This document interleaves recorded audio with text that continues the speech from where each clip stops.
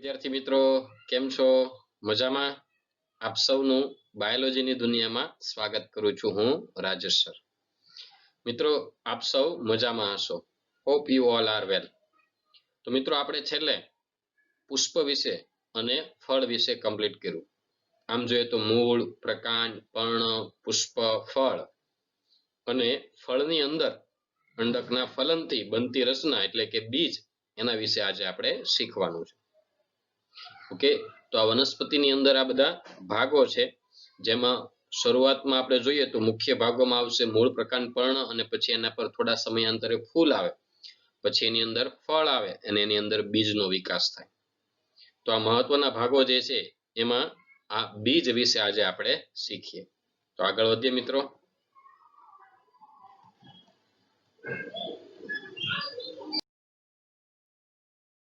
તો અહીંયા તમે જોઈ શકો આ બીજની આકૃતિ દ્વિદળી અને એકદળી એમ મુખ્ય બે પ્રકારના બીજ આપણે અહીંયા જોવાના છે. તો એક દ્વિદળી હશે અને બીજું જે છે એકદળી. મિત્રો ચેપ્ટરના ક્વેશ્ચન વાઇઝ વાત કરીએ તો આ જે છે એ ખૂબ જ આઈએમપી સવાલ છે. બીજના સવાલો એકદમ સહેલા છે, વારંવાર પૂછાય છે અને એકદમ ઈઝી પણ છે, સાથે સાથે ઇમ્પોર્ટન્સ આઈએમપી પણ છે. તમે શીખશો એટલે ખ્યાલ આવી જશે. ઓકે, એટલે ખાસ તૈયાર કરી રાખવા. આગળ વધીએ. બીજ, સીડ. કેવી રીતે બીજ બને છે મિત્રો? તો કે ફલન બાદ, રાઈટ, અહીંયા કર્સર લઈ લે મિત્રો, અંડકનું ફલન થાય. હવે અંડક સ્ત્રી કેસરની અંદર હશે, તમને ખબર છે ને, સ્ત્રી કેસરની અંદર અંડક આવેલું હોય, રાઈટ. તો એ અંડકના ફલન બાદ, રાઈટ, સ્ત્રી કેસર અહીંયા આપણે ડ્રો કરીએ તો એ સ્ત્રી કેસરના બીજાશયમાં અંડક હોય. આ બીજાશય છે એની અંદર અંડક, એ બીજાશયમાંથી ફળનો વિકાસ થાય એ આપણે જોયું, રાઈટ. અને આ અંડકનું ફલન થાય એટલે બીજ વિકસે. એટલે ફલન બાદ અંડકો શેમાં રૂપાંતરિત પામે? બીજ. બીજ એ બીજાવરણો ધરાવે છે, એટલે કે બીજની ફરતે બીજાવરણ છે. જો તમે આ એકદળી મકાઈનો દાણો છે એની અંદર એની ફરતે પણ આવરણ દેખાય છે, અને આ રીતનું જુઓ તમે અહીંયા આ વાલનું બીજ છે દ્વિદળી, એની ફરતે પણ આવરણો દેખાય. એટલે બીજની ફરતે બીજાવરણ અને ભ્રૂણ હોય, રાઈટ. ભ્રૂણ જે છે એ આયરો ભાગ દ્વિદળીની અંદર આ તમને દેખાતો ભાગ છે, રાઈટ, એકદમ સરસ રીતે દેખાય છે. આ ભાગ જે છે એ ભ્રૂણ છે. તો શેનું બનેલું છે? તો કે બીજ જે છે બીજની ફરતે આવેલા છે બીજાવરણો મિત્રો અને ભ્રૂણ. હવે ભ્રૂણમાં શું છે? તો કે ભ્રૂણની અંદર ભ્રૂણ મૂળ. જો આગળ સ્ટાર્ટિંગમાં આ ચેપ્ટરના સ્ટાર્ટિંગમાં આપણે મૂળ અને પ્રકાંડની વાત કરી ત્યારે ભ્રૂણ મૂળ, ભ્રૂણાગ્ર એની વાત કરેલી, તો એ યાદ હશે, રાઈટ. એને જરાક આપણે રિપીટ કરીએ અને યાદ રાખજો. ભ્રૂણ મૂળ એ ભ્રૂણધરી છે, એટલે કે આખી એક ભ્રૂણધરી છે. જો અહીંથી આખી આ જે છે આખી આ ભ્રૂણધરી છે, આ, રાઈટ. અને એક બીજપત્ર હોય.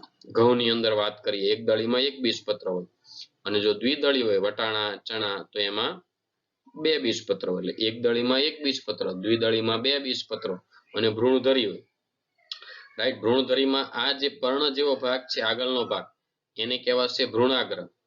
નીચેનો ભાગ જે છે, રાઈટ, એને કહેવાશે ભ્રૂણમૂળ. યાદ છે ને? 30 પાર્ટ આટલો જે ભાગ જે છે એ ભ્રૂણમૂળ છે. આગળનો જે ભાગ છે એ ભ્રૂણાગ્ર.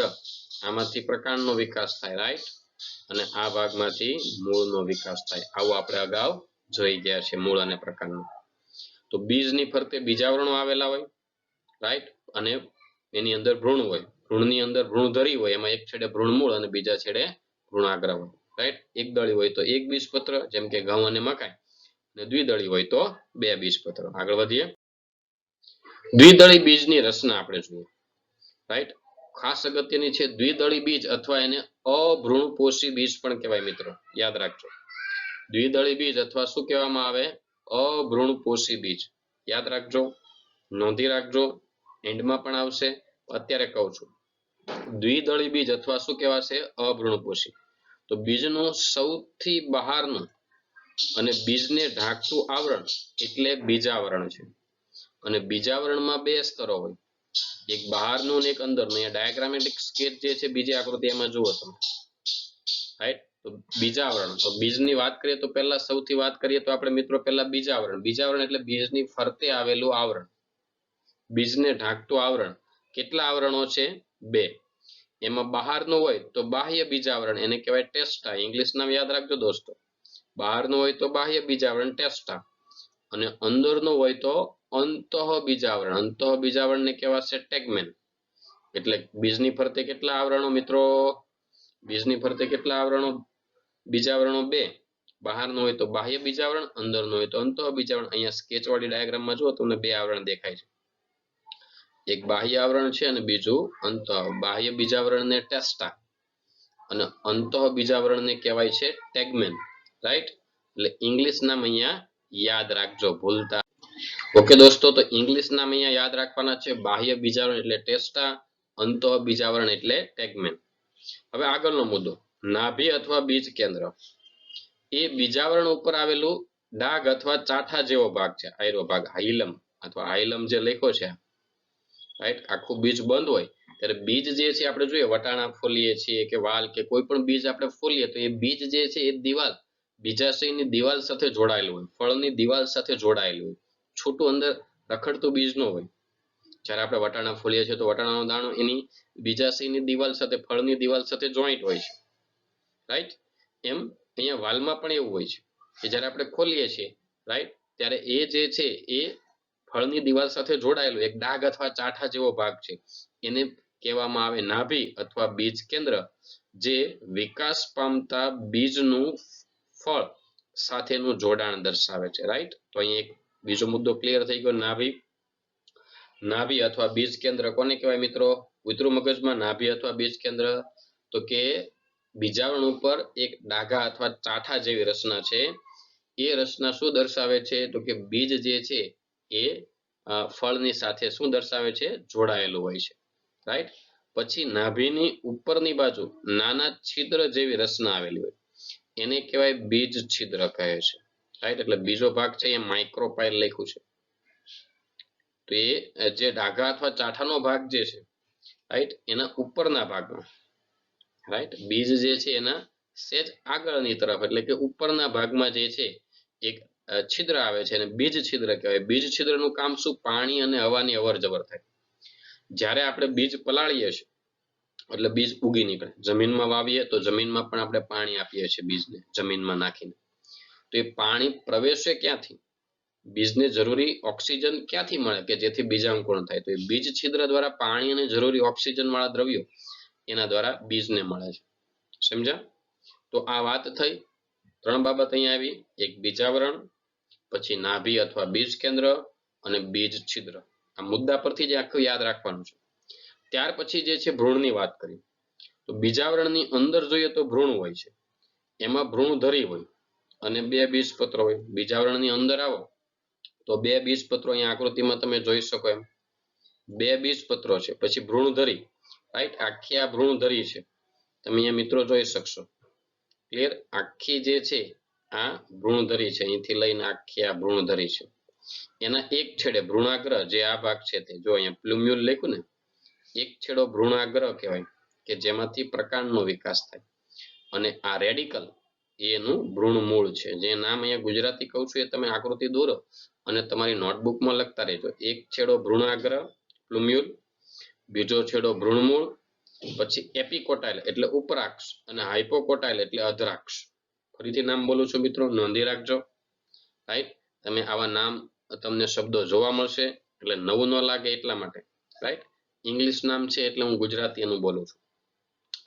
તો ભ્રૂણધરી છે, આખી આ ભ્રૂણધરી છે. ભ્રૂણધરીના એક છેડે ભ્રૂણાગ્ર પ્લુમ્યુલ, રાઈટ, બીજો છેડો જે છે એને શું કહેવાશે? ભ્રૂણમૂળ. સમજાય? અને જે ભ્રૂણાગ્ર તરફ છે એપિકોટાઇલ એને કહેવાશે ઉપરાક્ષ. શું કહેવાશે? ઉપરાક્ષ. અને નીચે હાઇપો એટલે નીચે તરફ એને કહેવાશે અધરાક્ષ. ઉપરાક્ષ, એપિકોટાઇલ, હાઇપોકોટાઇલ, અધરાક્ષ. સમજ્યા? તો ભ્રૂણ 2 બીજપત્રો છે. એમાં ભ્રૂણધરી છે. ભ્રૂણધરીનો એક છેડો ભ્રૂણાગ્ર, બીજો છેડો ભ્રૂણમૂળ. સમજ્યા? ભ્રૂણાગ્ર તરફ એપિકોટાઇલ, એપિકોટાઇલ એટલે ઉપરાક્ષ, અક્ષનો ઉપરનો ભાગ ઉપરાક્ષ, અને હાઇપોકોટાઇલ એટલે અક્ષનો નીચેનો ભાગ એટલે એને કહેવાય અધરાક્ષ. સમજ્યા મિત્રો? આ બીજાવરણની અંદર ભ્રૂણની વાત થઈ. બીજપત્રો જે છે એ ખોરાકનો સંગ્રહ કરે, માંસલ અને સંચિત દ્રવ્યોથી ભરેલા હોય છે.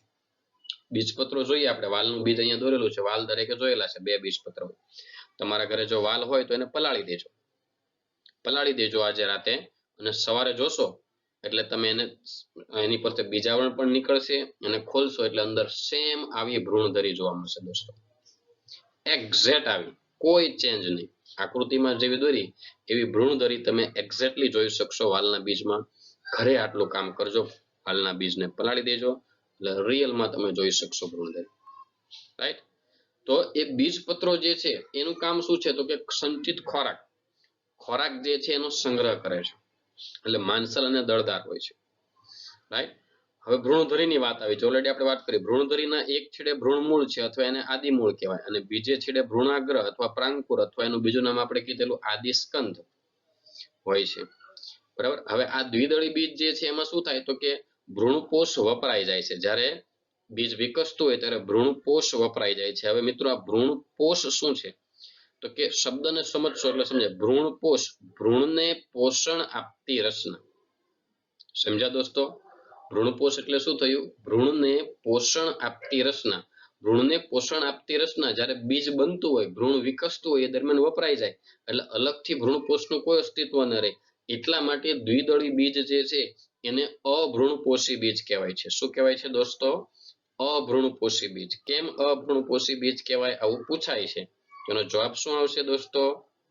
એનો જવાબ આ રીતે કે એમાં બીજ વિકાસ દરમિયાન, ભ્રૂણના વિકાસ દરમિયાન જે છે એ ભ્રૂણપોષ શું થાય છે? વપરાઈ જાય છે. એટલે એનો કોઈ અલગ સંચિત થયેલો ભાગ હોતો નથી, અલગ એરિયામાં ક્યાંય સંગ્રહ થયેલું નથી. એને કારણે ભ્રૂણપોષ જ નથી સંગ્રહાયેલો તો અભ્રૂણપોષી બીજ કહેવાય. બટ આમાં એક અપવાદ છે, જે તેમને ઉદાહરણ આપ્યું, દ્વિદળી હોવા છતાં. એમાં છે એરંડી. આ એરંડી છે જે એમાં કેટલાક બીજમાં બેવડા ફલનને પરિણામે ભ્રૂણપોષનું નિર્માણ થાય છે. જો આ એરંડી જે છે અપવાદ છે કે એમાં બેવડું ફલન થાય. બેવડું ફલન આપણે જોઈ ગયા, 2 વાર ફલન થાય છે. રાઈટ? એરંડી જે છે એમાં 2 વાર દ્રવ્યનું ફલન થાય એટલે બેવડું ફલન થાય છે, અને બેવડા ફલનને પરિણામે જે છે એની અંદર ભ્રૂણપોષનું નિર્માણ જોવા મળે. એક અપવાદ છે, બાકી બધા જ દ્વિદળી બીજ જે છે એ કેવા હોય? અભ્રૂણપોષી. ક્લિયર મિત્રો?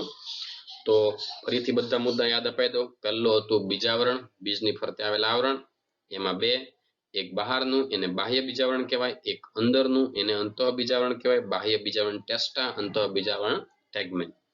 ત્યાર પછીનો મુદ્દો, આ મુદ્દો પકડજો એટલે આખો જવાબ મોઢે થઈ જશે. પછી નાભી અથવા બીજ કેન્દ્ર, ડાઘ અથવા ચાઠા જેવો ભાગ જે ફળની દિવાલ સાથેનું જોડાણ બતાવે. પછી એની ઉપરની બાજુએ નાનું એવું છિદ્ર જે પાણી અને હવાના અવર જવરનું કામ કરે બીજાંકુરણ દરમિયાન. થઈ ગયું? પછી આવે બીજાવરણની ફરતે બીજપત્ર અને ભ્રૂણધરી. બીજપત્રો માંસલ અને દળદાર ખોરાકનો સંગ્રહ કરે. ભ્રૂણધરીની વાત આવી. ભ્રૂણધરીના એક છેડે ભ્રૂણાગ્ર, પ્રાંકુર અથવા આદિસ્કંદ, અને બીજા છેડે ભ્રૂણમૂળ, આદિમૂળ. રાઈટ? અને એ અભ્રૂણપોષી બીજ છે, કારણ કે ભ્રૂણપોષ વપરાઈ જાય. અપવાદરૂપ એરંડી. કેમ? તો કે એમાં કેવું ફલન થાય? બેવડું, 2 વાર ફલન થાય એટલે ભ્રૂણપોષ જોવા મળે. આગળ વધીએ મિત્રો. તો હવે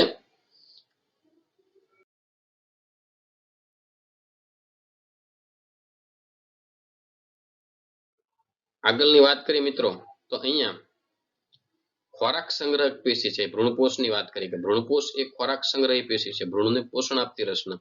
અહીંયા ઉદાહરણ આપ્યા છે, વાલ, ચણા, વટાણા બધી દ્વિદળી વનસ્પતિ છે જેમાં પરિપક્વ બીજમાં ભ્રૂણપોષ ગેરહાજર હોય છે. કેમ એ તમને સમજાઈ ગયું ને? મેં વાત તમને સમજાવી એ રીતે કે ભ્રૂણપોષ વાલ, વટાણા, ચણા, મગફળી આ બધા દ્વિદળી, જેમાં 2 ફાળ થાય, એ બધી દ્વિદળી છે. દ્વિદળી વનસ્પતિમાં ભ્રૂણપોષ પરિપક્વ વિકાસ દરમિયાન બીજ જ્યારે પરિપક્વ બનતું થાય ત્યારે ભ્રૂણપોષ વપરાઈ જાય, ભ્રૂણપોષ ગેરહાજર હોય. ભ્રૂણપોષ ગેરહાજર હોય આવા બીજને અભ્રૂણપોષી બીજ કહેવાય, નોન એન્ડોસ્પર્મિક કહે છે. આ મુદ્દો ખાસ નોંધી રાખજો, ખ્યાલ આવે? દરેક વખતે તમને સવાલ આ રીતે પણ પૂછી શકાય. બોર્ડની સ્પેશિયલી વાત કરું કે નીટની અંદર MCQ ની અંદર આટલા સમાનાર્થી શબ્દોનો ઉપયોગ થઈ શકે, જેમ કે અભ્રૂણપોષી બીજ કયા? દ્વિદળી બીજ, વાલના બીજની રચના, ચણાના બીજની. અહીંયા જે આકૃતિ આપી છે મિત્રો ચણાના બીજની છે, NCERT માં આપેલી. રાઈટ? એટલે ચણાનું બીજની રચના સમજાવો એવું પણ પૂછી શકાય. વાલના બીજની રચના સમજાવો એવું પણ પૂછી શકાય. દ્વિદળી બીજની રચના સમજાવો એવું પણ પૂછી શકાય, અને અભ્રૂણપોષી બીજની રચના સમજાવો એવું પણ પૂછી શકાય. સમજ્યા? અને શા માટે અભ્રૂણપોષી કહેવાય એ પણ ખાસ નોંધી રાખજો મિત્રો. તો આ હતું દ્વિદળી બીજ. હવે આગળ એકદળી બીજમાં જઈએ. તો એકદળી બીજની રચના. તો મિત્રો એકદળી બીજની રચના, એકદળી બીજ અથવા આનું બીજું નામ છે ભ્રૂણપોષી બીજ. આમાં ભ્રૂણપોષ અલગ એરિયામાં ગોઠવાયેલો છે. આકૃતિ જુઓ ત્યાં જ ખ્યાલ આવી જાય. રાઈટ, અહીં જો ભ્રૂણપોષ જે છે એનો આખો અલગ એરિયો જે છે એટલે કે અલગ ભાગ, એક પ્રદેશ આખો બીજની અંદર છે, એટલે કે ભ્રૂણપોષ અહીંયા સંગ્રહાયેલો છે. એટલા માટે એને ભ્રૂણપોષી બીજ પણ કહેવાય. એકદળી બીજ અથવા મકાઈના બીજની રચના સમજાવો. રાઈટ, એકદળી બીજ, મકાઈનું બીજ અથવા કયું કહેવાશે? ભ્રૂણપોષી. રાઈટ, તો સામાન્ય રીતે એકદળી બીજ જે છે એ ભ્રૂણપોષી છે. રાઈટ, અહીંયા મેં તમને બતાવ્યું કે ભ્રૂણપોષ એટલે કે ભ્રૂણને પોષણ આપતી રચના. ભ્રૂણને પોષણ આપતી રચના અહીંયા ઓલરેડી છે. બટ આમાં પણ એક અપવાદ છે, યાદ રાખજો મિત્રો. કયો છે? ઓર્કિડ. ઓર્કિડ જે છે એ કેવા છે? અભ્રૂણપોષી છે, નોન એન્ડોસ્પર્મિક છે. રાઈટ, નોન એન્ડોસ્પર્મિક, અભ્રૂણપોષી છે. કોણ? ઓર્કિડ. એકદળી હોવા છતાં. જેમ દ્વિદળીમાં અપવાદ હતો એમાં પણ એક અપવાદ છે, બાકી બધા ભ્રૂણપોષી એન્ડોસ્પર્મિક છે. અહીંયા ઉદાહરણ આપ્યું છે મકાઈનું. મકાઈનો દાણો દરેકે ખાધો છે. મકાઈ, ઘઉં, એકદળી વનસ્પતિ. એમાં વનસ્પતિમાં બીજાવરણ અને પાતળું ત્વચીય હોય છે, અને ફળની દિવાલ એટલે કે ફલાવરણ બંને જોડાઈને એક સંયુક્ત કવચ બનાવે એને કહેવાય તુષ. આકૃતિમાં એનું નામ આપ્યું છે. બીજાવરણ અને ફલાવરણ, તમે આ બીજની દિવાલ ગણો કે ફળની દિવાલ? રાઈટ, કે એ ધાન્ય ફળમાં આવે. આગળ આપણે વાત કરીએ બીજાવરણની ફરતે ફલાવરણ હોતું જ નથી. એટલે ઇન શોર્ટ કે બીજાવરણ અને ફલાવરણ બંને એક થઈ જાય. બીજાવરણની દિવાલ, બીજની ફરતે આવેલું આવરણ બીજાવરણ, ફળની ફરતે આવેલું ફલાવરણ. બીજાવરણ અને ફલાવરણ બંને એક થઈ જાય, સંયુક્ત થઈ ગયું. એ સંયુક્ત આવરણ એટલે એને તુષ કહેવામાં આવે. જે આકૃતિમાં આપ્યું છે, બટ પૂછાય છે, યાદ રાખજો. રાઈટ, બીજાવરણ અને ફલાવરણની દિવાલ સંયુક્ત આવરણ બનાવે. એ સંયુક્ત આવરણ એને શું કહેવામાં આવે છે? તુષ કહેવાય છે. સમજ્યા? આગળ પછી ભ્રૂણપોષ એ જથ્થામય છે અને ખોરાકનો સંગ્રહ કરે છે. તમે જો આખો એરિયો જે છે, આ લાઈન દોરું છું, એ આખો એરિયો કયો છે? ભ્રૂણપોષ. ભ્રૂણપોષમાં સંચિત ખોરાક હોય છે જે ભ્રૂણને પોષણ આપે છે, વિકસતા ભ્રૂણને. રાઈટ, અને ભ્રૂણપોષની બહારની બાજુએ આખું આવરતું એક આવરણ છે. ભ્રૂણપોષની બહારની બાજુ આવરતું ભ્રૂણને અલગ કરતું પ્રોટીનનું સ્તર આવેલું છે, એને કહેવાય સમિતાયા સ્તર. જો અહીંયા નામ આપ્યું છે, આકૃતિમાં જોતા રહેજો. આ જે તમને દેખાય છે આખું આ લેયર, ભ્રૂણપોષની બહારની સાઈડ આવેલું આવરણ. રાઈટ, પ્રોટીનનો સંગ્રહ કરતા કોષોનું સ્તર બન્યું છે. પ્રોટીન યુક્ત દ્રવ્યોનો સંગ્રહ કરતા કોષોનું સ્તર છે, એટલા માટે એને સમિતાયા સ્તર કહેવાય છે. શું કહેવાય છે દોસ્તો? સમિતાયા સ્તર. સમજાણું? કોની બહારની તરફ? ભ્રૂણપોષ. જે ભ્રૂણપોષ છે એને જો આઉટર કવરિંગ છે, ભ્રૂણપોષ આટલો છે, તો એ ભ્રૂણપોષની બહારની સાઈડ પ્રોટીન યુક્ત દ્રવ્યોનો સંગ્રહ કરતું સ્તર એટલે સમિતાયા સ્તર. રાઈટ, તો સમજ્યા બરાબર? તો એકદળી બીજ, મકાઈનું બીજ અથવા ભ્રૂણપોષી બીજ, એમાં અપવાદ કયું છે? ઓર્કિડ, જે એકદળી હોવા છતાં અભ્રૂણપોષી છે. પહેલા મુદ્દાની વાત કરીએ તો પહેલો મુદ્દો તમારામાં યાદ રાખવાનો છે તુષ. તુષ, તુષ એટલે તો કે બીજાવરણ અને ફલાવરણ બંને સંયુક્ત થઈને એક આવરણ બનાવે એને કહેવામાં આવે તુષ. બીજો મુદ્દો ભ્રૂણપોષનો, કે આમાં અલગ પ્રદેશમાં ભ્રૂણપોષ જથ્થામાં સંગ્રહાયેલો છે, ખોરાક સંગ્રહી દ્રવ્ય. અને ભ્રૂણપોષ આવેલો છે એટલા માટે જ આને આપણે શું કહીએ છીએ? ભ્રૂણપોષી બીજ. રાઈટ, ત્રીજો મુદ્દો તમારે યાદ રાખવાનો છે સમિતાયા સ્તર. 3 મુદ્દા છે એટલે આખું યાદ રહી ગયું. સમિતાયા સ્તર, સમિતાયા સ્તર એટલે કે ભ્રૂણપોષની બહારની બાજુએ પ્રોટીન યુક્ત દ્રવ્યોનો સંગ્રહ કરતા કોષોનું સ્તર. રહી ગયા યાદ? 3 મુદ્દા બનાવી નાખ્યા. આગળ વધીએ. ભ્રૂણનો નાનો અને ભ્રૂણપોષના એક છેડા પર સ્થિત એક બીજપત્ર આવેલું છે. ભ્રૂણનો નાનો ભાગ અને ભ્રૂણપોષના એક છેડા પર એક મોટું ઢાલ આકારનું બીજપત્ર આવેલું છે, જેને કહેવામાં આવે વરુથિકા. એક જ બીજપત્ર હોય, એક જ બીજપત્ર હોય એને એકદળી કહેવાય. તો અહીંયા વરુથિકા આપેલું છે. જો આ ભ્રૂણપોષ છે, તો આ ભ્રૂણપોષ જે છે એનો નાનો ભાગ એટલે આ એરિયા, ભ્રૂણપોષનો સાંકડો ભાગ. રાઈટ, આ ભ્રૂણપોષ જે છે એનો આ નાનો ભાગ જે છે એક ઢાલ આકારનો, દુયનો ઢાલ, યુદ્ધમાં લડવા માટે આગળ આમ ઢાલ રાખે આખી. રાઈટ, તલવારબાજી કે એમાં લડતા હોય તો આગળ એક લોખંડની ઢાલ હોય, કંઈક અંશે એવા ઢાલ જેવા આકારનું છે આ રીતનું. આમ કરીને આમ ઢાલ જેવા આકારનું. એ ઢાલ જેવા આકારનું આખું જે બીજપત્ર છે, એક બીજપત્ર, એને વરુથિકા કહેવાય. ને ઓલરેડી તમને આકૃતિમાં અહીંયા નામ પણ આપ્યું છે મિત્રો. જો આ વરુથિકા, ઢાલ આકારનો આખો બીજપત્ર, આનો આકાર આમ કરીને આમ આખો ઢાલ જેવા આકારનો થાય. એમાં ભ્રૂણ ધરી છે, રાઈટ. એ વરુથિકા એક બીજપત્ર, એમાં ટૂંકી ધરી સાથે જે છે ભ્રૂણ ધરી છે. એમાં એક છેડે ભ્રૂણાગ્ર, જો આ એની ભ્રૂણ ધરી છે આખી, આ એની ભ્રૂણ ધરી છે. એમાં એક છેડે જો ભ્રૂણાગ્ર, આ દિસ્કંદ, બીજા છેડે ભ્રૂણમૂળ. ભ્રૂણાગ્રને રક્ષણ આપતી રચના, એને ફરતે કવરિંગ કરતા આવરણો છે, એને ભ્રૂણાગ્ર ચોલ કહેવાય, જે ભ્રૂણાગ્રને રક્ષણ કરે. અને ભ્રૂણમૂળને રક્ષણ આપતી રચના એને કહેવાય ભ્રૂણમૂળ ચોલ, રાઈટ. ચોલ એટલે રક્ષણ આપતી રચના. તો જે ભ્રૂણપોષ છે, બરાબર છે, એનો નાનો અને એક છેડા પર એક બીજપત્ર આવેલું છે, ઢાલ આકારનું મોટું અને ઢાલ આકારનું એક બીજપત્ર. એ ઢાલ આકારનું બીજપત્ર એને શું કહેવાશે? વરુથિકા કહેવાય, રાઈટ.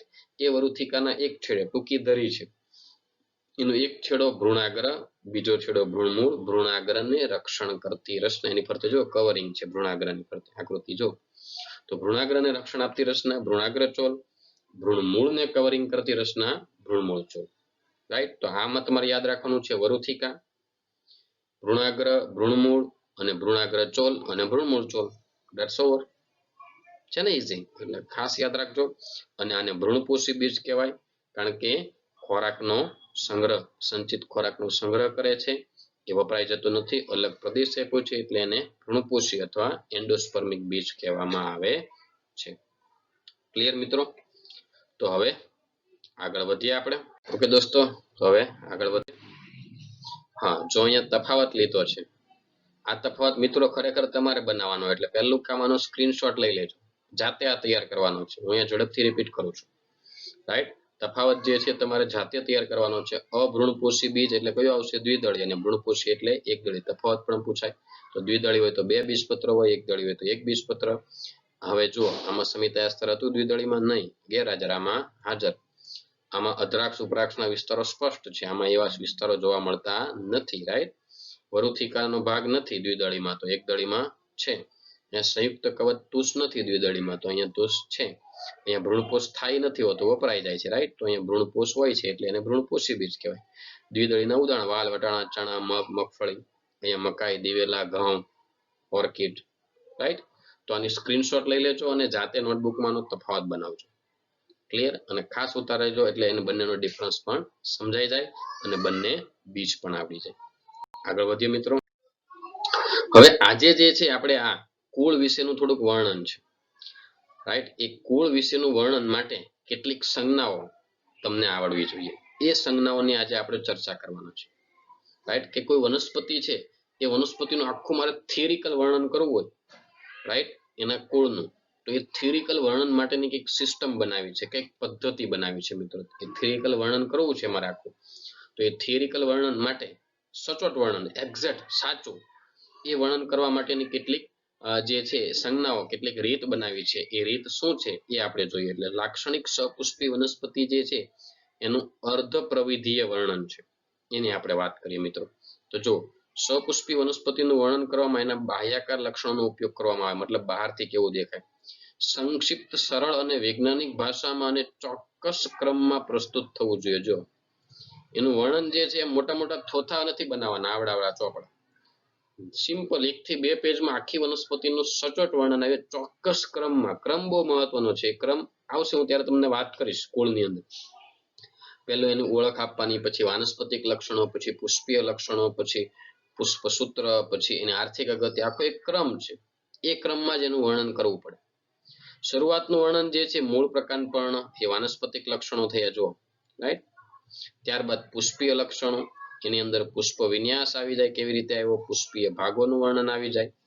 વિવિધ ભાગોનું વર્ણન કર્યા પછી પુષ્પાકૃતિ. પુષ્પાકૃતિ એટલે અહીંયા જે દોરીએ, રાઈટ, આ ફ્લાવર ડાયાગ્રામ છે, પુષ્પાકૃતિ છે.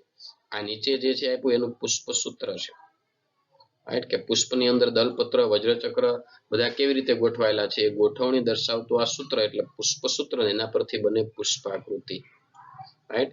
એ પુષ્પસૂત્ર આપણે યાદ રાખવાનું, એના પરથી આખી ડાયાગ્રામ દોરવાની, એને કહેવાય પુષ્પાકૃતિ. તો આ સપુષ્પી વનસ્પતિના વર્ણન માટેનું આ રીતની સંજ્ઞાઓ હોય છે. વનસ્પતિના મૂળ પ્રકાર પણ વિશે સમજાવવાનું પહેલા, એટલે વાનસ્પતિક લક્ષણો, પછી પુષ્પીય લક્ષણો, પુષ્પ વિન્યાસ, વજ્રચક્ર, દલચક્ર, પુકેસર, સ્ત્રીકેસરની ગોઠવણી, પછી પુષ્પસૂત્ર જે અહીં આકૃતિમાં આપ્યું, અને પુષ્પસૂત્ર પછી એના પર જે આકૃતિ આપી એ બનાવવાની. અહીંયા રાયનું પુષ્પસૂત્ર, રાઈટ, અને એની આકૃતિ આપી છે. આગળ વધીએ મિત્રો. હવે અહીંયા સંજ્ઞાઓનો યુઝ થશે. જો પુષ્પસૂત્રની અંદર તમે જો સૂત્ર શેનું બનાવ્યું, કે સી એ જી એવું લખ્યું છે, દેખાય? રાઈટ, કે સી એ જી. હવે કે સી એ જી લખ્યું તો કે મતલબ શું, સી મતલબ શું, એટલે આ બધી સંજ્ઞાઓથી કામ થાય છે. અહીંયા રિયલ પુષ્પ ક્યાં આવશે જ નહીં, આપણે એનું વર્ણન કરવાનું છે. વર્ણન કઈ ભાષામાં કરવાનું, તો કે સંજ્ઞાઓનો ઉપયોગ કરવાનો. તો કઈ સંજ્ઞા કોની માટે વપરાય એ ખાસ યાદ રાખજો, તો અને તો જ તમને કુળનું વર્ણન આવડશે. એટલે પુષ્પસૂત્રમાં નિપત્ર માટે બીઆર, બ્રેક્ટ, નિપત્ર હોય તો બ્રેક્ટ, વજ્રચક્ર માટે કરોલા, સી, દલચક્ર માટે વજ્રચક્ર માટે કે, દલચક્ર માટે સી કેલિક્સ, પુષ્પચક્ર માટે પેરિયન્થ પી, રાઈટ, પુકેસર ચક્ર માટે એન્ડ્રોસિયમ એ, સ્ત્રીકેસર ચક્ર માટે ગાયનોસિયમ જી, ઉચ્ચસ્થ બીજાશય એટલે બીજાશયના સ્થાનને આધારે તો જી ઉપર છે, લીટીની ઉપર. જો અધસ્થ છે તો જી નીચે છે. નર પુષ્પ છે પુકેસર માટે આ રીતની એરો વાળી સંજ્ઞા છે, માદા માટે આ રીતની પ્લસ વાળી નિશાની છે નીચે તરફ, અને ઉભયલિંગી હોય તો બંને ભેગું કરી દેવાનું. નિયમિત પુષ્પ માટે પ્લસની નિશાની રાઉન્ડની અંદર, અનિયમિત માટે આવી ટકાની નિશાની છે, ક્રોસ. સમજ્યા? બધી સંજ્ઞા મિત્રો 2 થી 3 વાર લખીને તૈયાર કરવું પડશે. અગાઉ જેટલા પણ વિન્યાસ આવી ગયા, પુષ્પ વિન્યાસ, શિરા વિન્યાસ, પર્ણ વિન્યાસ, એ બધા જ વિન્યાસ રિપીટ કરી નાખવા, તૈયાર કરી નાખવા. જરાયો વિન્યાસ, પર્ણની ગોઠવણી, મૂળની ગોઠવણી. પુષ્પીય લક્ષણો છે એટલે પુષ્પમાં જેટલા પણ વિન્યાસ આવ્યા એ બધા જ વિન્યાસ, અપરિમિત, પરિમિત, જરાયો વિન્યાસ, કલિકાંતર વિન્યાસ, પુષ્પ વિન્યાસ, એકલિંગી પુષ્પ, દ્વિલિંગી, નિપત્રી, અનિપત્રી, આ બધી જ વ્યાખ્યા આવી ગઈ સમિતિને આધારે. બીજ કેવા હોય, ફળ કેવા હોય, ફળના પ્રકાર આપણે જોયા. આ બધી જ વસ્તુ રિપીટ કરવી જરૂરી છે, એટલે રિવિઝન ખાસ કરજો. રાઈટ, એની આ રિવિઝન થશે તો જ તમને કુળ આવડશે. અને સંજ્ઞા ખાસ આજે તૈયાર કરી નાખજો. આજે એટલા માટે એક દિવસ એડવાન્સ લીધી કારણ કે કાલે કુળ ચાલે તો તમને આવડે. સમજા? તો આ સંજ્ઞાઓ ખાસ યાદ રાખી લેજો. ફરીથી બરાબર છે, આગળ આવશે ત્યારે વાત કરીશ. હવે બીજી વાત કે આ જેવી પુષ્પાકૃતિ પ્રકૃતિ પુષ્પના અલગ અલગ ભાગો માટે આ સંજ્ઞા વપરાય છે. કૌંસની અંદર રહેલી સંખ્યા એ જોડાણ દર્શાવે. જો કૌંસ આ રીતે કર્યો હોય, જો અહીંયા આ રીતે કે ભાઈ 3 અને કૌંસમાં હોય, ધેટ મીન્સ કે 3 ઘટકો છે, દલચક્ર 3 પણ જોડાયેલા હોય, પણ 3 આ રીતે છૂટા હોય, 3 ખુલ્લા હોય તો એ મુક્ત હોય. જ્યારે પુષ્પના ભાગોની સંજ્ઞા ઉપર લીટી દોરેલી હોય ત્યારે અભિલગ્નતા દર્શાવે, એકબીજા સાથેનું જોડાણ દર્શાવે. પુષ્પાકૃતિ પરથી શું ખબર પડે કે પુષ્પમાં કેટલા ભાગોની સંખ્યા છે, કે પુકેસર કેટલા છે, 5 છે, 3 છે, 2 છે, 1, એમની ગોઠવણી, એમનું એકબીજા સાથેનો શું સંબંધ છે, આ બધી માહિતી મળે છે. પુષ્પની સાપેક્ષે માતૃ અક્ષની સ્થિતિ પુષ્પાકૃતિની ટોચે એક ટપકા સ્વરૂપે દર્શાવવામાં આવે. માતૃ અક્ષની સ્થિતિ જો અહીંયા ટપકું આપે છે, અહીં આકૃતિમાં જુઓ ટપકું દેખાય. માતૃ અક્ષની સ્થિતિ મતલબ કે પુષ્પ જે ભાગ પ્રકાંડ સાથે જે ભાગ વડે જોડાયેલું હોય એ એની માતૃ અક્ષ છે. ફૂલ છે તો એ જોડાયેલું તો હોય જ પ્રકાંડ સાથે, તો જે ભાગ વડે જોડાયેલું છે એ એની શું થાય, માતૃ અક્ષ. રાઈટ, તો માતૃ અક્ષની સ્થિતિ જે છે પુષ્પાકૃતિની ઉપર એક ટોચ ટપકા દ્વારા રજૂ થાય છે. વજ્રચક્ર, દલચક્ર, પુકેસર ચક્ર, સ્ત્રીકેસર ચક્ર આ રીતે ક્રમિક ચક્ર ક્રમમાં દોરાય છે. એટલે પહેલું સૌથી બહારનું વજ્રચક્ર આકૃતિમાં જોવા, પછી દલચક્ર, પછી ત્રીજા નંબરનું પુકેસર અને સૌથી અંદર સ્ત્રીકેસર. રાઈટ, આપણે જે શીખાય સૌથી બહાર વજ્રચક્ર, પછી દલચક્ર દોરવાનું, પછી પુકેસર અને છેલ્લે સૌથી અંદર સ્ત્રીકેસર. રાઈટ, જો અહીંયા લખ્યું છે વજ્રચક્ર એ સૌથી બહારનું હશે, સ્ત્રીકેસર એ સૌથી અંદરનું. રાઈટ, આના પરથી ચક્રોના ભાગોની સંલગ્નતા અને અભિલગ્નતા. સંલગ્નતા અને અભિલગ્નતાનો મતલબ એવો થાય મિત્રો કે એકબીજા સાથેનું જોડાણ દર્શાવે છે. અહીંયા જે પુષ્પાકૃતિ આપી છે રાયની પુષ્પ વનસ્પતિની છે. રાય વનસ્પતિ બ્રાસિકેસી કુળ છે. રાઈટ, રાય જે છે મસ્ટર્ડ તરીકે આપણે એને ઓળખીએ ઇંગ્લિશમાં. એ રાય જે છે બ્રાસિકેસી કુળની વનસ્પતિ છે, અને બ્રાસિકેસી કુળનું આ પુષ્પસૂત્ર અને પુષ્પાકૃતિ આપી છે. રાઈટ, તો આ સંજ્ઞા પરથી તમે એનું કહી શકો. હવે જો આનું નામ કહું છું, પહેલી સંજ્ઞા જુઓ આ પુષ્પસૂત્રમાં તો શું લાગે છે તમને, નિયમિત પુષ્પ. પછી નર અને માદા બંનેની સંજ્ઞા છે એટલે કેવું છે, ઉભયલિંગી. પછી K2+2 એટલે K એટલે વજ્ર ચક્ર 4 છે, 2+2 એટલે કેટલા થયા 4, એમાં 2 બહાર અને 2 અંદર. C4 દલ ચક્ર 4 છે, કાઉન્સ નથી એટલે 4 4 કેવા છે, મુક્ત છે, 1 2 3 અને 4, રાઈટ. પુકેસર જુઓ 2+4 એટલે 6 છે, તો જો અહીંયા આ 1 2 2 થયા અને પછી એની અંદર 4 1 2 3 અને 4 2+4 6 થયા. સ્ત્રી કેસર 2 છે, વચ્ચે અક્ષ છે, બે કોટરીય છે, 2 કોટર એટલે 2 હોય અને લીટીની ઉપર જી છે એટલે બીજાશય કેવું આવશે, ઉચ્ચસ્થ. કરી દીધું વર્ણન આખું. શેના પરથી, પુષ્પસૂત્ર પરથી. કેમ? કારણ કે સંજ્ઞા મને ખબર છે, બરાબર. સંજ્ઞા ખબર હોય તો વર્ણન કરી શકો, વર્ણન કરી શકો તો આકૃતિ પણ દોરી શકાય. ગોખવાની આ વસ્તુ નથી, સમજવાની છે, બટ સંજ્ઞા તમારે તૈયાર કરવી પડશે. હવે સંજ્ઞાને થોડીક ડિટેલમાં આગળ વધારે હું તમને સમજાવું. જો આ સંજ્ઞાઓ નોંધી રાખજો, તમારી માટે અલગથી આખું કર્યું છે, એનસીઈઆરટી માં કશું અલગ નથી. તો નિપત્ર માટે બ્રેક્ટ, રાઈટ, ખાસ સ્ક્રીનશોટ લઈ અને લખી નાખજો નોટબુકમાં. એનસીઈઆરટી માં નહીં મળે, અહીંયા જે કંઈ કરાવું છું એનસીઈઆરટી માં નહીં મળે, રાઈટ. એટલે સ્ક્રીનશોટ લઈને નોટમાં ઉતારી લેજો, તો જ સંજ્ઞા આવડશે ને તો જ કુળ સમજાશે. એટલે આવતીકાલે કુળની સમજણ માટે આ સંજ્ઞા તૈયાર કરીને આવજો, 3 વાર પ્રેક્ટિસ કરવાની છે. ક્લિયર? અનિપત્રી ઈ બ્રેક્ટ. નિયમિત પુષ્પ જો ગોળ અને અંદર પ્લસની નિશાની, રાઈટ. ટકાની નિશાની હોય અથવા સિંગલ આ રીતનો લીટો હોય તો અનિયમિત પુષ્પ, આ રીતે પ્લસ હોય તો નિયમિત. આ ઉભયલિંગી દ્વિલિંગી નર માદા બંને હોય, નીચે પ્લસ છે તો સ્ત્રી કેસર અને ઉપર એરો છે તો પુકેસર અથવા નર પુષ્પ, રાઈટ. કોરોલા વજ્રપત્ર વજ્રચક્ર. સી કેલિક્સ દલપત્ર માટે. પી પેરિયન્થ એટલે પરિપુષ્પ. એન્ડ્રોસિયમ એ એટલે પુકેસર ચક્ર. G4 ગાયનોસિયમ સ્ત્રી કેસર ચક્ર. ઉદ્ધ્વસ્ત અથવા ઉચ્ચસ્થ બીજાશય સ્ત્રી કેસર અથવા બીજાશય અહીંયા લઈ શકીએ આપણે, રાઈટ. અહીં બીજાશય લખો તો વધારે સારું. ઉચ્ચસ્થ બીજાશય, જી લીટીની ઉપર છે એટલે ઉદ્ધ્વસ્ત, જી ક્યાં છે, લીટીની નીચે એટલે અધસ્થ. આ રીતે યાદ રાખવાનું. ક્લિયર?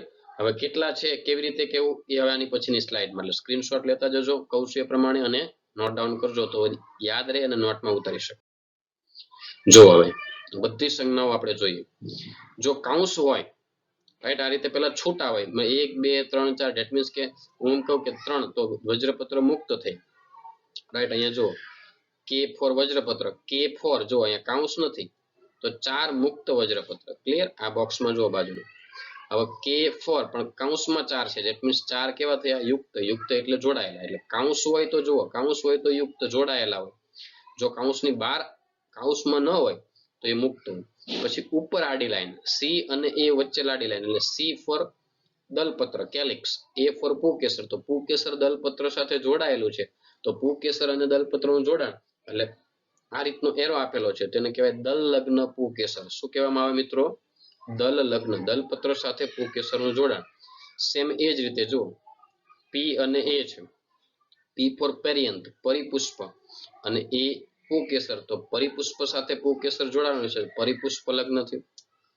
અહીંયા પીલુડી સોલેનમ નાઇગ્રમનું પુષ્પસૂત્ર આપ્યું છે, આનું વર્ણન તમારે જાતે વિચારવાનું છે, રાઈટ. પ્લસ છે એટલે શું આવશે, નિયમિત, દ્વિલિંગી, ઉભયલિંગી. K5 આનો વિચાર કરો, K એટલે વજ્રચક્ર, 5 એટલે 5 છે. હવે યુક્ત કે મુક્ત વિચારો જરા. કાઉન્સ છે એટલે કેવા આવશે, યુક્ત. બધામાં કાઉન્સ છે, જો દલચક્ર પુકેસર પણ કાઉન્સમાં 5 5 છે અને કાઉન્સ છે એટલે યુક્ત. બટ ઉપર આડો લીટો આપ્યો મતલબ કે દલ લગ્ન પુકેસર. સ્ત્રી કેસર જો 2 છે એમાંય કાઉન્સ છે, ધેટ મીન્સ યુક્ત છે અને જી ઉપર છે એટલે ઉચ્ચસ્થ બીજાશય.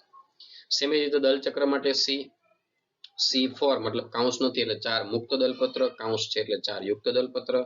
સેમ રીતે P પરિપુષ્પ પેરિયન્થ. P6 કેટલા છે, કાઉન્સ છે નથી એટલે મુક્ત થયા, કાઉન્સ હોય એટલે યુક્ત. 3+3 એનો મતલબ એવો થાય કે 2 ચક્રમાં ટોટલ 6 છે, રાઈટ. એટલે 3 અહીંયા છે, 1 2 અને 3, તો 3 પાછા બીજા લાઈનમાં છે, દૂર છે, 1 2 અને 3 એટલે ટોટલ 6 થયા. બટ 2 અલગ અલગ ચક્રમાં. અલગ અલગ ચક્ર એટલે કે આપણે ચક્ર દોરીએ ફૂલનું, આ એક ચક્રમાં 3 આવી જાય અને બીજા ચક્રમાં બીજા 3, એટલે 6 6 એક લાઈનમાં ન હોય, એક 3 અહીંયા હોય તો 3 અહીંયા હોય, રાઈટ. પછી પુકેસર ચક્રની વાત કરીએ. પુકેસર ફોર એન્ડ્રોસિયમ A5 કાઉન્સ નથી એટલે 5 મુક્ત પુકેસર, કાઉન્સ હોય એટલે 5 યુક્ત પુકેસર. 5 + 5 એટલે 10 થયા. એમ 2 ચક્રમાં, એક ચક્રમાં 5, બીજા ચક્રમાં 5, એમ 5 એ 5 10 થયા, પણ લાઈનમાં નથી. દરેક ચક્રમાં 5, રાઈટ. A0, 0 ફોર પુંકેસર ગેરહાજર. A ઇન્ફિનિટિવ, અસંખ્ય પુંકેસર. ઘણીવાર પુંકેસરની સંખ્યા બહુ બધી હોય, રાઈટ. પુષ્પની અંદર બહુ બધી પુંકેસરની સંખ્યા હોય, તો પછી એને ગણવાનો કોઈ મિનિંગ જ નથી, તો એને અગણિત કહેવાય. A0 એટલે ગેરહાજર હોય. હવે આ તો ખબર પડી ગઈ તમને. દલ લગ્ન, પુંકેસર અને પરિપુષ્પ લગ્ન એટલે એનું જોડાણ છે. સ્ત્રી કેસર ચક્ર, સ્ત્રી કેસર ચક્ર G ગાયનોસિયમ, G2 કાઉન્સ નથી એટલે 2 મુક્ત, કાઉન્સ હોય તો 2 યુક્ત, ડેટ મીન્સ જોડાયેલા હોય. ક્લિયર. 0 મતલબ સ્ત્રી કેસર ગેરહાજર. હવે જો અહીંયા યુક્ત છે, કાઉન્સ છે બધામાં, જો 2 છે પણ કાઉન્સ છે એટલે યુક્ત, અને 2 છે એટલે દ્વિસ્ત્રી કેસર. હવે G ક્યાં છે તો કે લીટીની ઉપર એટલે ઉચ્ચસ્થ બીજાશય. G ક્યાં છે લીટીની નીચે તો અધસ્થ. Very simple. ઓકે, તો આ બધી સંજ્ઞા જે અહીંયા છેલ્લી 2 સ્લાઇડમાં આપી એના સ્ક્રીનશોટ લઈને બધીની 3 થી 5 વાર પ્રેક્ટિસ કરવાની છે, અને સંજ્ઞા યાદ રહી એટલે કુળ, પુષ્પાકૃતિ બધું વર્ણન આવડી જશે, રાઈટ. આગળ વધીએ. સો ધેટ્સ ઓલ ફોર ટુડે. આજના હોમવર્કમાં તમારે દ્વિદળી એકદળી બીજ તૈયાર કરવાનો, એના પરથી એનો તફાવત રેડી કરવાનો છે મિત્રો. અને ખાસ પુષ્પસૂત્રની રચના માટે છે સંજ્ઞાઓ આપી મિત્રો, ફરજિયાતપણે 3 થી 5 વાર લખવી. પુષ્પસૂત્ર માટે સંજ્ઞાઓ 3 થી 5 વાર પ્રેક્ટિસ કરવી, અને એ આવડી ગયું એટલે તમને કુળનું વર્ણન એકદમ ઇઝીલી આવડી જશે. અન્યથા કુળને યાદ રાખવા અઘરા છે. ઓકે, તો hope you understand it very well. નવા વિડીયો લેક્ચરમાં ફરી મળીએ, ત્યાં સુધી આવજો, Tata, bye bye, C you. Apart from the pericarp, the other part of a fruit is apart from the pericarp, the other part of a fruit is the seed. Based on the number of cotyledons, the seeds of flowering plants are classified as dicotyledonous and monocotyledonous. A seed with 2 cotyledons is called dicotyledonous, and with a single cotyledon is called monocotyledonous. In a dicotyledonous seed, the outermost covering is the seed coat and is made up of 2 layers, the outer testa and the inner tegmen. The seed coat also has a scar on its surface called the hilum, which helps attach the seed to the fruit. Above the hilum is the micropyle, a small pore in the outer coat of the seed. It is through the micropyle that the pollen tube enters an ovule. Inside the seed coat lies the embryo, which comprises an embryonal axis and 2 cotyledons. At the 2 ends of the embryonal axis lie the plumule and the radicle. The cotyledons are often fleshy and store reserve food materials. In some seeds, such as castor, the developing embryo is surrounded by a nutritive tissue called the endosperm, which stores food and helps the embryo grow. Seeds with endosperm are called endospermic. Whereas in seeds like mango, the endosperm is absent, such seeds are called non-endospermic. Like dicotyledonous seeds, the outermost covering of monocotyledonous seeds is also known as the seed coat. For example, the maize seed has a membranous seed coat that is usually fused with the fruit wall. Moreover, like dicotyledonous seeds, monocotyledonous seeds can be endospermic as in maize or non-endospermic as in Cymodocea. The endosperm of maize is bulky and stores food, while the embryo is tiny and is placed in a grove at one end of the endosperm. The embryo is separated from the endosperm by a proteinous layer known as the alurone layer and is made up of a single large shield-shaped cotyledon called the scutellum. The embryo also has a short axis with a plumule and a radicle. The plumule is enclosed by a sheath called the coleoptile, and the radicle by a sheath called the coleorhiza. Thus, seeds are formed from the ovules and help in reproduction, while a fruit is formed from the ovary and is the characteristic feature of flowering plants.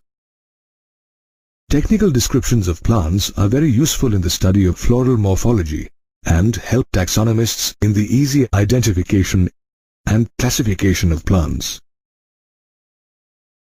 The technical description of a flowering plant must be expressed in scientific language and must be simple, brief, and sequential.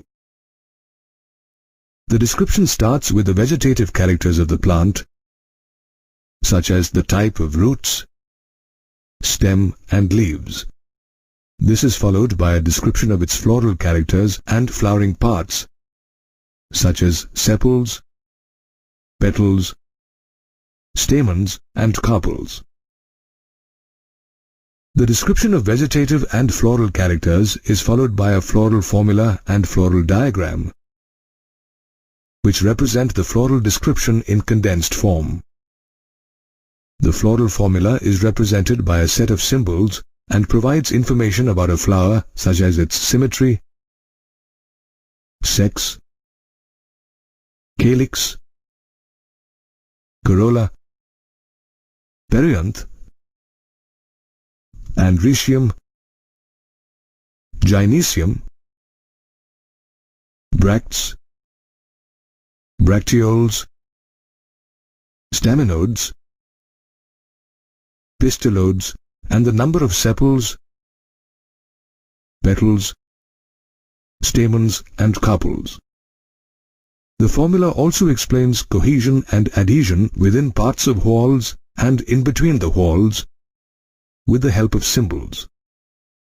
Some of the symbols used to represent the different parts of a flower and the relationships between these parts are as shown. Let's understand the symbols in the floral formula of a mustard flower. The mustard flower is actinomorphic and bisexual. The calyx has 4 sepals arranged in 2 rows and the corolla has 4 petals. There are 6 stamens arranged in 2 rows and the gynoecium is bicarpellary and syncarpous with a superior ovary. The floral formula of a flower is usually accompanied by its floral diagram. The floral diagram is a graphical representation of the cross-section of a flower and provides information about the different parts of a flower, their arrangement, and the relationships between these parts. The outermost whorl in the floral diagram is the calyx, followed by the corolla, androecium, and gynoecium. The floral diagram presents information about a flower such as its sex, symmetry, bracts, bracteoles, the number of floral whorls, the calyx, corolla, androecium, and gynoecium. Like in the floral formula, various symbols are used while drawing a floral diagram as shown. Thus, the description of a flowering plant provides vital information about the plant. The description begins with the vegetative and floral characteristics and is followed by the floral formula